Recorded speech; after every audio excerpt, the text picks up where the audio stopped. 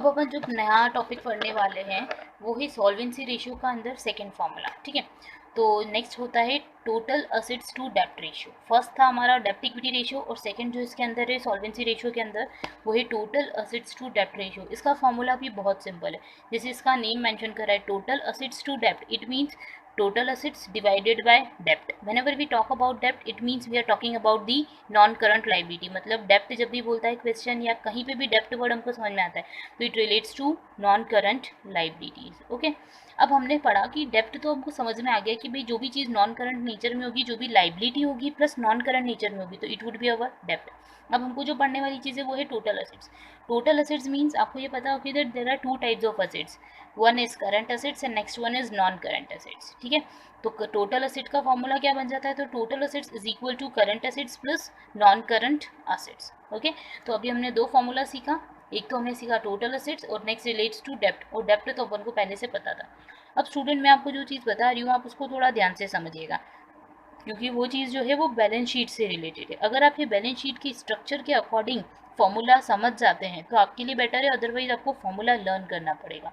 अगर आप लर्न नहीं करना चाहते तो आप बैलेंस शीट का स्ट्रक्चर समझ लीजिए, अदरवाइज आपको फॉर्मूलेज लर्न करने पड़ेंगे। ओके, तो एक चीज़ ध्यान रखिए, बैलेंस शीट जो होती है हमारी कंपनी की, कंपनी से 2013 के अकॉर्डिंग जो हमारी कंपनी की बैलेंस शीट का स्ट्रक्चर होता है वो वर्टिकल फॉर्म में होता है। मीन्स हम सिंगल साइडेड सारे अमाउंट लिखते हैं, जैसे पहले अपन बनाते थे ना दो parts, assets liabilities amount assets amount, वैसा नहीं करते, वहाँ पे सिंगल फॉर्म में दिखता है।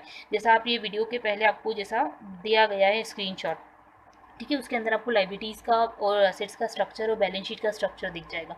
ठीक है, बट अभी हम सिर्फ समझने के लिए ये चीज़ लिख रहे हैं कि नॉर्मली आप जिस तरीके से बैलेंस शीट बनाते हो तो आप लिखते हो लाइबिलिटीज़ अमाउंट असेट्स अमाउंट। एक चीज़ आपने पढ़ रखी होगी 11th क्लास में कि कंपनी में जो भी या किसी भी फर्म में assets is equal to capital plus liability, आपने पढ़ रखा है assets is equal to capital plus liability. मतलब बैलेंस शीट की जो टोटल होती है असेट साइड की, इट ऑलवेज वुड बी या फिर it would be equal to the liability side's total. मतलब असेट्स की टोटल और लाइबिलिटी की साइड की टोटल जो होती है वो क्या होती है, इक्वल होती है।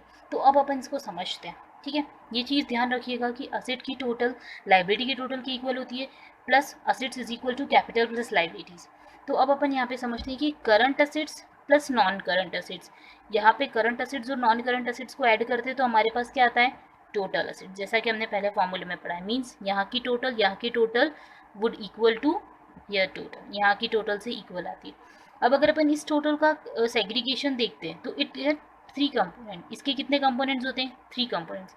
One relates to share holder fund, next non current liability और third current liability.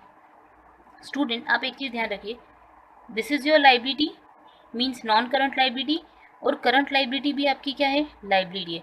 It means जैसे हम यहाँ पे असेट्स है और यहाँ पे असेट्स है तो अपन टोटल असेट्स बोल रहे हैं, वैसे ही अपन नॉन करंट लाइबिलिटी और करंट लाइबिलिटी को टोटल डेप्ट बोल सकते हैं या टोटल लाइबिलिटी बोल सकते हैं। ओके, तो अपने पास एक नया फॉर्मूला जनरेट हुआ, वो क्या कि non current liability plus current liability is equal to total डेप्ट या फिर टोटल लाइबिलिटी। ओके, एक फॉर्मूला हमारे पास ये डेरिवेशन निकला। सेकेंड जो ध्यान रखने वाली चीज़ है वो ये कि यहाँ की टोटल और यहाँ की टोटल इक्वल आती है। इट मीन्स यहाँ मतलब current assets plus non current assets would always be equal to share holder fund plus non current liability plus current liability, क्योंकि अल्टीमेटली ये टोटल क्या है, इक्वल है। मतलब ये समझ में आया कि non current assets plus current assets would always be equal to share holder fund plus non current liability plus current liability. Is it clear to? ये हमने आज तीन फॉर्मूले इससे रिलेटेड पढ़े हैं। अब मैं आपको उनको लिखा हुआ बता देती हूँ जिससे जो स्टूडेंट लर्न करना चाहते हैं वो लर्न भी कर लेंगे।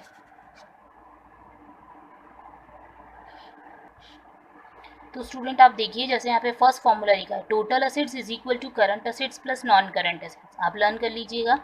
Next, total of asset side would always be equal to total of liability side, ये जैसे हमने पढ़ा है। तो total assets is equal to share holder fund plus non current liability plus current liability, जैसा हमने सेकंड फॉर्मूला में पढ़ा था, क्योंकि एलएचएस और आरएचएस की टोटल क्या होती है, इक्वल। ठीक है, थर्ड नंबर पे current liability plus non current liability is equal to total डेप्ट, इसको अपन क्या बोलते हैं, टोटल डेप्ट। नेक्स्ट फॉर्मूला जो आता है वो आता है share capital. Share capital is equal to equity share capital plus preference share capital. मतलब वी हैव परफेक्ट नॉलेज कि there are two types of capital. हमको ये पता है ना कि दो टाइप की कैपिटल होती है, one is equity share capital and next one is preference share capital.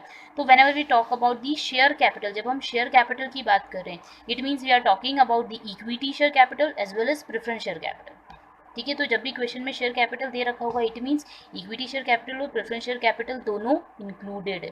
Otherwise examiner आपको ये देंगे या तो इक्विटी शेयर कैपिटल या तो preference share capital. Is it clear? और ये फॉर्मूला तो लास्ट है इसी, total assets is equal to current assets plus non current assets. ठीक है, ये हमारा फॉर्मूला से रिलेटेड कॉन्सेप्ट है। अब अपन सीखेंगे इससे के आगे प्रैक्टिकल्स जो होते हैं total assets to debt ratio से रिलेटेड।